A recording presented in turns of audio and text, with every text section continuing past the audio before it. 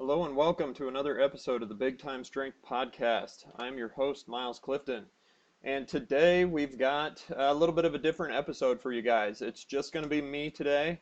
I'm going to be diving into, a little bit of, I guess it's kind of a reflection of my first year as a director of strength and conditioning, and I'm just going to kind of touch on a few of the things that I think I've done well in my first year, a few of the things that I think I've missed on a little bit and that I want to try to improve on.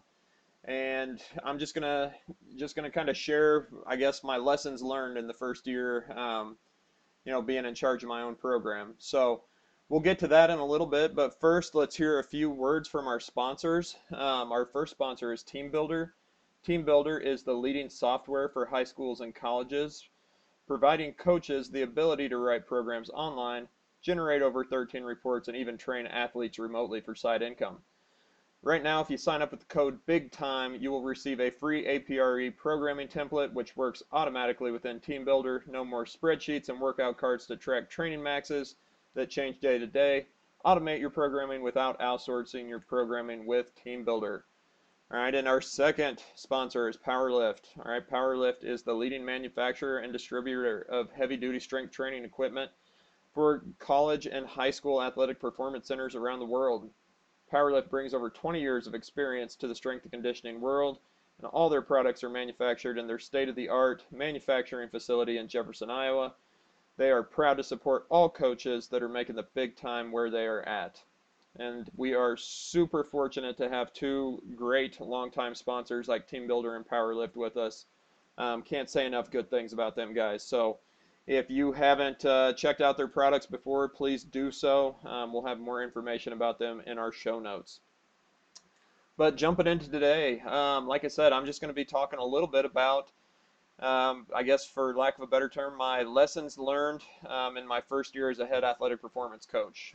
So just to get started a little bit, I just want to run through kind of a quick background for those of you who aren't familiar with, me and kind of where I've been at in the past. I started at Northwest Missouri State University, did my graduate and undergraduate work there. Started off with my first internship in the field with Joe Quinlan, who is if you're a longtime listener in the show, you've heard a lot about Joe Q. He's a legend, great guy, and just about as good of a spot as you could start at in the field. Just watching Joe operate, you just learn what excellence looks like from a really, really early stage in the game. So was super fortunate to start with him, and then I worked with Gage Rozier at William Jewell. Did my GA there with him, and again, just another great guy, super intelligent and just a go-getter. As you guys know, if you've been listening to the show for a long time, he started the show a couple years ago, and just always finding ways to kind of push the boundaries on his skill set and just the things that he's doing with his athletes, and was super fortunate to work with him for a while. But after my graduate assistant work, I ended up at Luther College, and that's where I'm currently at. I spent a couple years here as the assistant director of athletic performance, and then about this time last year, my boss, Allie Jenicky, now Bartle, who is currently at St. Thomas in Minneapolis, she left for a job at IMG Academy in August of last year, which, of course, as you guys know, was right at the time that we were getting ready to start back to school after being shut down in the spring from COVID. So not only was I going to be trying to kind of operate in our athletic performance department, without Coach Jenicky for the first time, but I was also going to be doing it while we're trying to figure out how things are going to look with COVID. So it was a super interesting time to be kind of taking over a department. At the time, I was just in an interim role. I still had to apply and interview for the head position, which I got in, I think, mid-September. But basically, from about this time on last year, I was kind of operating as if I was going to be the guy in charge of our program. I didn't really see another way to go about it.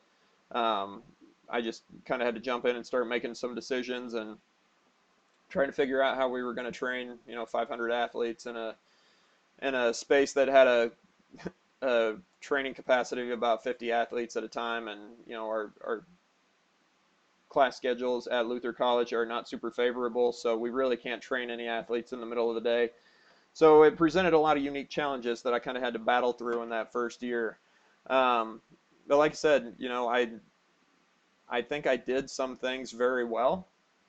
I think I did some things very poorly, and I just want to share a little bit of that with you guys today. So I'll start off with the things I did well. And just right off the bat, the first thing that came to mind was, actually getting the job. It was not a job that was just handed to me. I had to interview, and I definitely think I was in a advantageous position because I had been here and I knew the school and I knew everybody that was in our department. And I knew what we did well. I knew what I thought we could improve on, and so I was in a pretty good position to interview for this position. And I'd like to think that I had done a good enough job over the previous 2 years that had been kind of an extended interview process as well. But the one thing that I think was really good for me is that I spent a lot of time whenever I was a GA and whenever I was an assistant thinking about um, my core values, my training philosophy, my principles, whatever you want to call them, but thinking about the way that I would want a program to look and kind of my vision for a program whenever I would potentially have the opportunity to take one over. And so whenever the time came for me to actually interview for the job, I was not caught off guard. Um, you know, I I had a very clear vision of what I wanted my program to look like, and I had a very clear and concise way of communicating that with, the hiring committee and the people that I would be interviewing with. So I guess the number one thing that I think I did well is that I was very prepared to interview for this position when the opportunity presented itself. I think if you wait until the opportunity presents itself and then you try to prepare, it's already too late because things move really fast in this field. So if you're an assistant coach out there hoping to take over a program someday, you need to be thinking about that stuff right now, and not just, I don't think it's enough to just be thinking about it in passing. I think you need to take time to actually put pen to paper, sit down at the computer and actually start typing out your core values and your mission statement and your training principles and all that stuff, because you need to be able to communicate it in a very clear and concise way. I've seen a lot of people that have these really big elaborate documents with a bunch of stuff that they think sounds really good, but it's not something that they could actually recite to you if you asked them, like, hey, what are your core values, what are your training principles, all this. And so I had worked very diligently prior to this opportunity presenting itself to really narrow that stuff down and really think about the things that are super important to me and the things that I think make a program work at a really high level. And I put them in a very concise document, and like, if you would ask me at any time, I could have gone through and told you exactly what that document said, because they were things I believed in, and I kept it clear, simple, and to the point. So I think that's something that's super important. Just make sure that you've taken the time to actually go through the process of writing that stuff down. You've taken the time to condense it down to something that you can understand and that you can present to people in a very clear way. So that was, kind of my first thing, be prepared when the opportunity presents itself. And I thought that I was prepared whenever, that opportunity finally came my way. The number two thing that I think is super important that I did, and that I did pretty well, is that you don't try to make too many changes at once. Now, I was fortunate that, again, I was in the program for a couple years before I took it over. So I already kind of knew the way things were operating. I was already pretty comfortable with a lot of the things we were doing, but there were certainly some things that I wanted to change immediately. And I had this big elaborate list in my head, like, oh, I want to do this, I want to do this, I want to do this. But I knew, and I think COVID maybe helped with this a little bit too, I knew that I needed to narrow it down and pick the one or two things that I thought would move the needle the most for our program and focus on trying to change those things or attack those things first and not mess with the other stuff. I think too many coaches, especially if they come into a program that they haven't been in, they can tend to want to change 50 different things at once, and then you end up doing kind of a halfway job on all of it, and you're not satisfied with any of the results. I think it's better to just pick one thing at a time and make sure that you get that the way you want it, and then move on to the next one. And do an evaluation and like assess where the program's at and what things you think are actually super important and are actually going to move the needle. Because there's a lot of things that we might think are really cool as, strength coaches, as athletic performance coaches, that may not really move the needle that much for our athletes. So just for example, for me, the first thing that I really targeted that I wanted to focus on was developing our internship program. And we had a good pool of interns, but we're a small school. We've got me and another full-time staff member, but we'll have to, just because of logistics, we'll have to train 3+ teams at a time.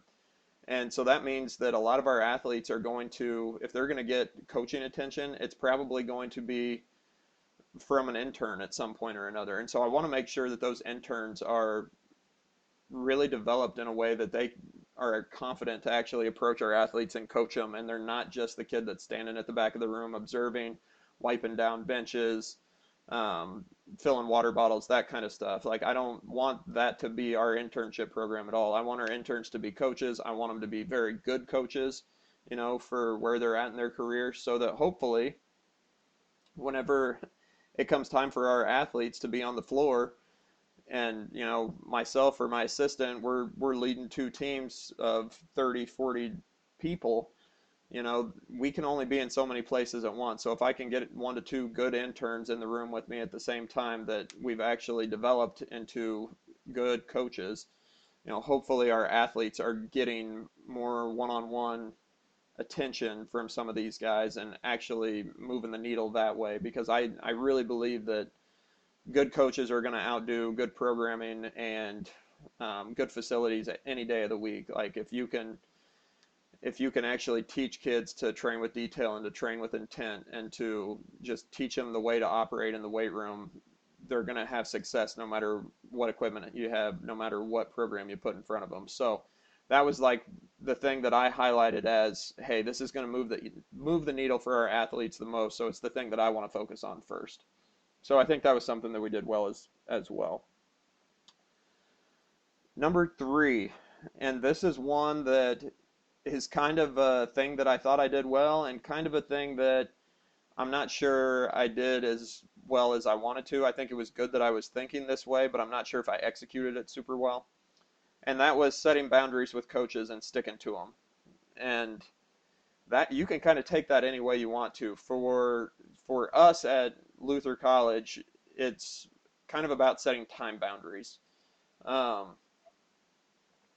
And as many of you small school strength coaches can attest to, you're expected to work some pretty ridiculous hours. You may be starting your first groups between 5 and 6 a.m.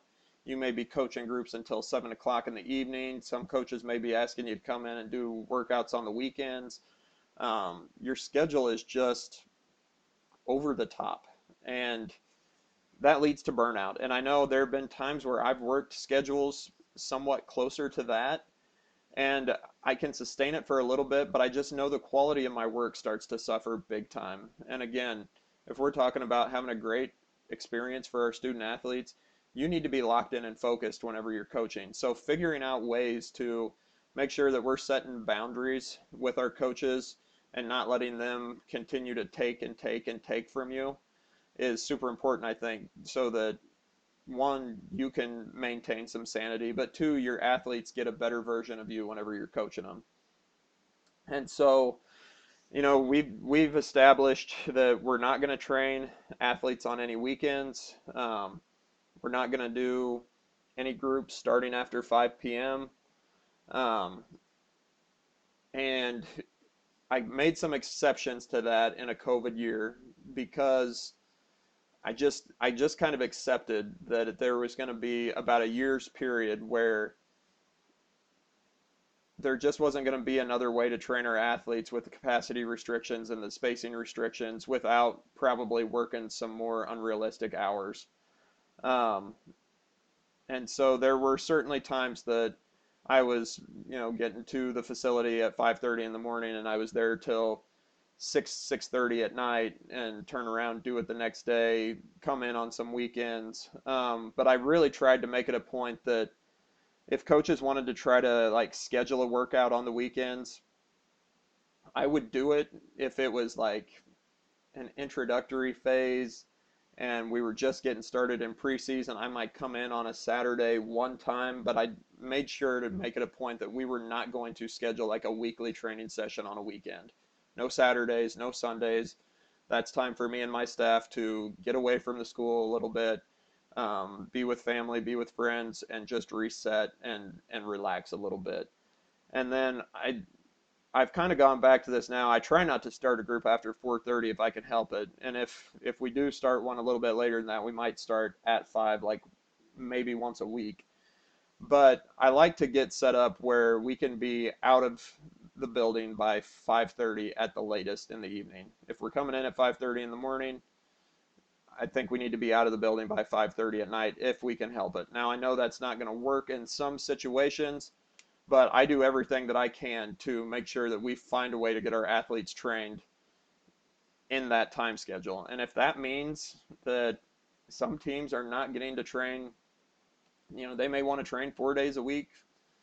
You may only get 3 days a week. And it may be more ideal to train 4 days a week, but for the purposes of our staff not being overworked, I think it's more important that we give them 3 really good quality sessions rather than 4 sessions and we burn ourselves out. So again, I think I went into that with a good intention of doing that, but just because of COVID in this last year, we did fudge on that a little bit. But I'm trying to get back to really setting some firm boundaries where, you know, after 5:30, after Friday afternoon, like we're shutting it down, and you're not getting more from us, no matter when sport coaches want to train, because they will, if you let them, they will take as much as they possibly can from you. And that's not a knock on sport coaches. They're trying to do the best thing they can for their team, but they're solely focused on their team when we have to focus on, you know, 12 to 20 different teams. So we just kind of have to keep that in perspective sometime. The things that I felt I didn't do particularly well, and this is something that I'm wanting to kind of make a priority this year. The first one is, you know, making sure you systematize things where you can. Develop systems so that you don't have to spend as much time thinking about programming or data collection or whatever it is. Like, have a system in place that you can repeat high quality training sessions and high quality results in a fraction of the time. And whenever I was an assistant, all I had to really think about was what I was doing with my teams for the day. I didn't have to think about the department as a whole. And so it was not that essential for me to have a really quick, systematized way of programming or data collection or whatever, because I had the time to kind of tinker and play and do things in ways that were kind of inefficient. And I found out really quickly, once we got into this last year, especially with stuff that was going on with COVID, my time was getting chewed up really fast. And I needed to figure out a way to, like I said, develop some better programming templates, develop some better Excel sheets to, collect my data. Um, I didn't do a very good job of that, and that's something that I've kind of highlighted as something that I want to do this next year. And for the programming stuff, it just took a lot longer than it should have. For the data collection, I'm not going to lie, my data collection fell off big time last year. Like, I was basically chalking it up as a win if I could just get my athletes in, get them trained, and get them out the door. Um, and now, like I said, in a COVID year, when for probably 30 to 40% of the year I was working by myself. I didn't have my assistant. It was just me trying to manage all this. I kind of decided that with kids coming in and out of quarantine, there was no consistency with training blocks, with training schedules. Things were changing day by day. I just kind of decided like I'm going to consider it a win if we can give these kids a high quality training experience, something that looks familiar to what they've done in the past, and we keep them healthy and we keep them having fun. If we can do that, that's a win, and that's kind of the way I approached last year. And I felt like we had some really good results from some of that training, but I don't have the actual numbers to back that up now. So I kind of backed myself into a corner where I don't know I don't know exactly how well things worked because I don't have the numbers to prove it. I've got my eyes and I can see that some of the things that we did worked really well. Um, but again, the data piece is important. So just finding ways to systematize that stuff so that you don't have to worry about it is huge. And like I said, one of our sponsors, TeamBuildr, is a great option for trying to do some of that stuff. That's something that we may be looking at getting involved with at Luther College in the future. Just trying to find ways to make that work a little bit better for us. So, and number two, the of things that I felt like didn't go particularly well. Um, and I don't really know the best way to describe this, but basically, I just didn't account for like the pressure of being the one who has the final say of department decisions. I knew as an assistant that that was something that my boss always had to do, but I never really gave it that much thought. I just thought like, oh yeah, they make the final call on what's happening in our department, the direction that we're going. But like that didn't seem like that big of a deal to me, I guess. And once it was actually me making those decisions, knowing that I had the final say on, you know, scheduling decisions that might make some coaches very upset because they're not getting the ideal time slot or the number of sessions that they want for their teams, or um, just any number of things like that where you're the one that it ultimately comes down to, and you're the one who is on the hook whenever these decisions are made, whether they're good or bad. It's up to you. And just the pressure of that and having to think big picture all the time on your vision for the department and what you want things to look like in the future can kind of take a toll on you. And I found that it um, really occupied a lot of my time and a lot of my thinking. I felt like I really got pulled away from the X's and O's side of strength and conditioning, and was just spending so much time dwelling on big picture stuff and how to give our athletes a good experience department wide. And that ended up sacrificing some of my personal time. Um, just simple things like my training schedule for me personally fell off big time. Like I did not like if I could sneak in like 15 to 20 minutes of something a day, I was chalking that up as a win. Where in the past, I might have blocked out an hour to an hour and a half a day to train and lift and experiment with stuff.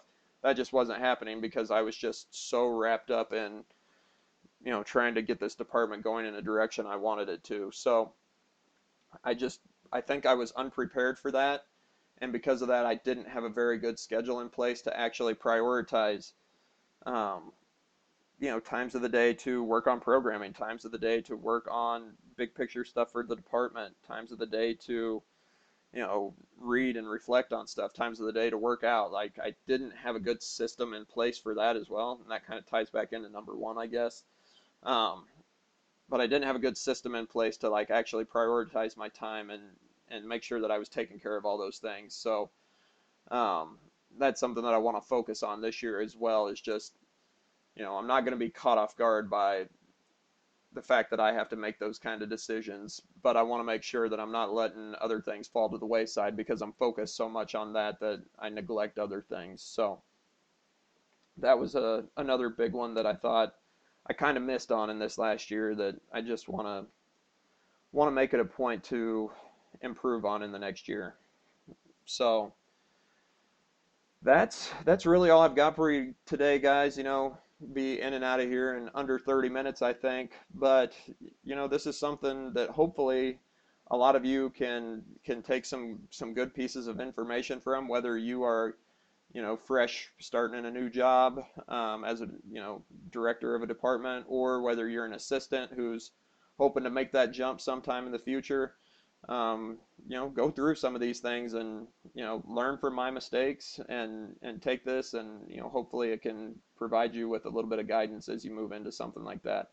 If you guys have any questions and want to talk with me more about some of the stuff that I felt like I did well or that I felt like I messed up on, these are just a few of the things that kind of came to the top of my head. There's certainly not an exhaustive list.